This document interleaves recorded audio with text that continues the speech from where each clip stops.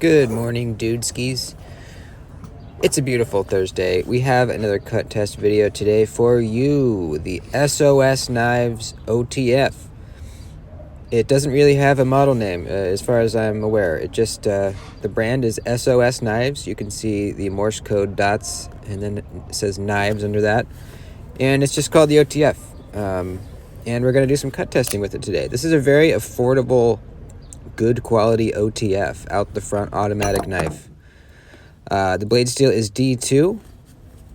The frame is all aluminum with a really nice solid feeling switch. And I'm really excited to see how it does. I'm kind of on a quest to find an OTF that I like to EDC. All OTFs that I've tried just weren't quite slicey enough for me to really enjoy carrying them. Here's the edge from factory, nice and sharp. I have high hopes for this because the measurement behind the edge is relatively thin, not super thin, but relatively. The blade stock is about what you'd expect on OTFs, but it's a broader blade, so we have not a full flat, but close to it. So I feel like this might be a little slicier than, say, the Microtech Ultratech. Starting off on the regular thickness cardboard, not a problem. We do some with the grain, we do some against the grain, not an issue at all. So far, pretty happy with how it's slicing. I'm also very curious to see how this D2 is going to perform. D2, when done correctly, has very good, excellent edge retention. Better than 154 cm, better than 3V even. It kind of has a bad name though because it's often not heat treated correctly. Now starting on the double thickness cardboard, which actually Deanir brought to my attention, is actually quadruple thickness cardboard, and I was looking at it this morning. He's right. There's actually 3 layers in there. Same stuff I've always been using for the tests. Now, this gave the knife a bit of trouble. You can see it is not easily slicing through it against the grain. When we go with the grain of the cardboard, it's a bit better. But still, not the sliciest through this really thick cardboard. Most knives that I test do a little better than that, actually. Let's see where our edge is. This paper is kind of old and messed up, so you'll see in a minute. I try it on some nice crisp new paper, and the edge actually isn't as bad as it looks. You see I got a good cut right there. All right, moving on to the glove test. Actually, let's do some utility cuts first. So you can see this is a drop point blade shape with some belly. You got to lift up a bit to get to the tip if you want to do some good utility cuts. So not the best for this type of cutting, but it will work as long as you just raise up enough to get to the tip. And once you do, not too bad. You just don't have as much leverage as you would with like a sheep's foot or a Warncliffe.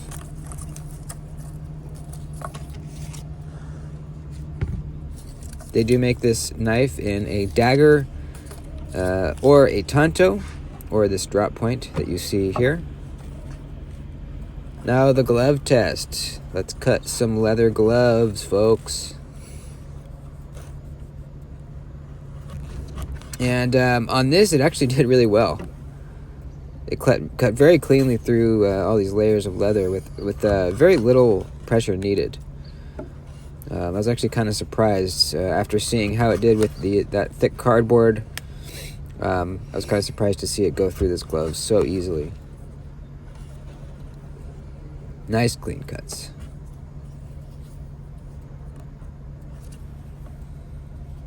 This knife, by the way, is $99, which is another reason I think this might be a really good option for somebody that wants kind of a middle-of-the-road OTF.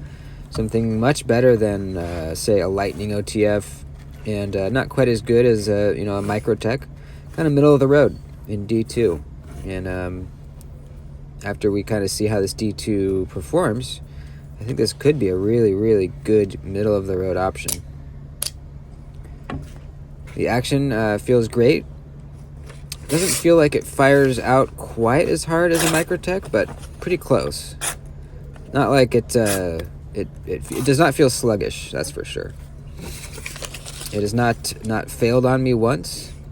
I fired this thing quite a few times since I've had it. The strap test. Can it get through the wide ass strap? I kind of doubt it, especially because it's a drop point with belly. We're going to slip out of the cut, but we'll see. And nope. Almost. Yeah, 3/4 of the way through. Let's try it again.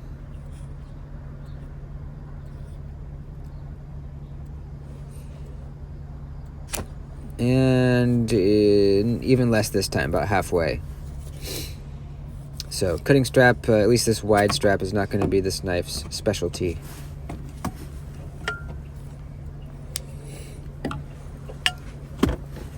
Alright, the rope. How does it do on the rope?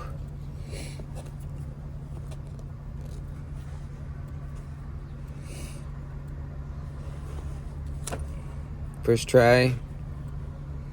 Didn't get through.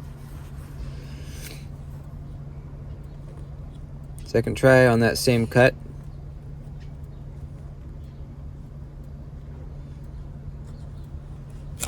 And we got it. Nice. I was a little surprised. I thought it would take 3. First try, nope. Second try, bam. So it takes 2 tries to get through this rope. You know, obviously could be better. You guys just saw me do this test on the Delica, and it was like cutting butter. But you know, some knives don't get through it at all, so not too shabby. Getting a new piece of paper. So ergonomically, it's okay if your hand is in the right spot. You kind of have to make sure that you're back behind that switch.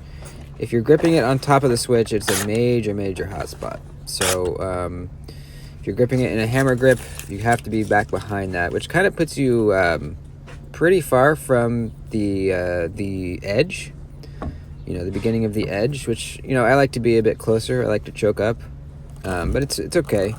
The clip, while I don't like it very much, it is fairly ergonomic. I don't feel it too much. Now, if you're kind of holding it in a pinch grip, the switch is not an issue. It doesn't hurt you. So, yeah, keep that in mind.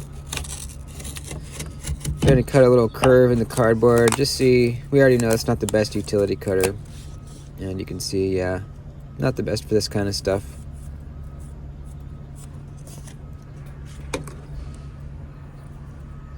And let's strap it up. Let's see how this D2 straps back. Usually D2 straps back pretty easy. So far, I think, you know, I've tested better D2, but I've also tested much worse D2. I think this is kind of more on the side of well done D2 than bad D2. You know, obviously I wish it was performing like some of the best D2 I've ever tested, but I'm not mad at it. I'm really not mad at it. I think, you know, some people might think $100 for D2, right? Remember, guys, D2 is not bad. It is not a bad blade steel. You know, it's not the most corrosion resistant, so if you live somewhere where you're getting it wet a lot, it might not be good for you. But man, it has very good edge retention if it's done well. And this seems to be done fairly well. You can see after the strop, we are slicing paper. Not as easily as we were before, but we are doing it. This is a working edge for sure. Yep, we got some bite in there. We're good to go. So, what do you guys think? Let me know in the comments. Do you think this is worth $100? Cutting this rope again. And we got it first try after this dropping. Very, very nice. So, this knife was sent to me by Blade Ops as a loaner for me to check out. And I decided I'm going to buy it from them. Because I wanted to do this cut test video, and I also have plans to do a bit more rigorous testing. Deanir and I, Genetic Modified Viking, you're probably familiar with him if you follow the channel, are going to be doing a live, I'm hesitant to call it a torture test, but it kind of is going to be. We're going to do a live torture test of this knife. We are both going to get the same knife. He's going to order one too, and we are going to put it through its paces. We're going to baton. We're going to maybe hammer it through a 2x4 like a nail. We're going to be pretty hard on this thing and see how it holds up. You know, there's videos of microtechs being tortured beyond belief, and they hold up extremely well. Microtechs are very, very tough knives. So we wanted to kind of see how this would stack up to something like a microtech as far as the toughness. So we're going to be doing that probably next week at some point. I will give you guys more information as it gets closer. I'm really excited. I really can't wait. I just did one of these tests on a Lightning OTF, which is, you know, budget, $30 OTF. It did pretty good with the cutting, but when I went to baton, I literally hit it like 3 times pretty lightly, and it broke. Just absolutely broke. The switch flew off. The blade is loose in there without spring. It just absolutely broke. I don't think it would happen with this one, but we're gonna find out. You can see the pocket clip. While it's not deep carry, it's in there decently far, and it does work really well. I gotta say, it goes in and out of the pocket nicely, even with these thick seams on the Carhartts. So while aesthetically I'm not a huge fan, functionally it's fine. Absolutely fine. So overall, I think, you know, if you want to spend not more than $100 for a good OTF, I think this is a really good choice. Much, much better than a Lightning OTF or something in that range. So, at least judging from this testing, and we'll see what happens after the hard testing, but I would recommend this. The D2 seems pretty good. Action seems pretty good. Ergonomics, if your hand's in the right place, really isn't bad. You know, it's kind of a broad, slicier blade than some microtechs and other OTFs. So that's it, folks. Thanks for watching. Stay tuned. Please like the video before you head out. I'd appreciate it so much. And I love y'all. Peace out, dudes.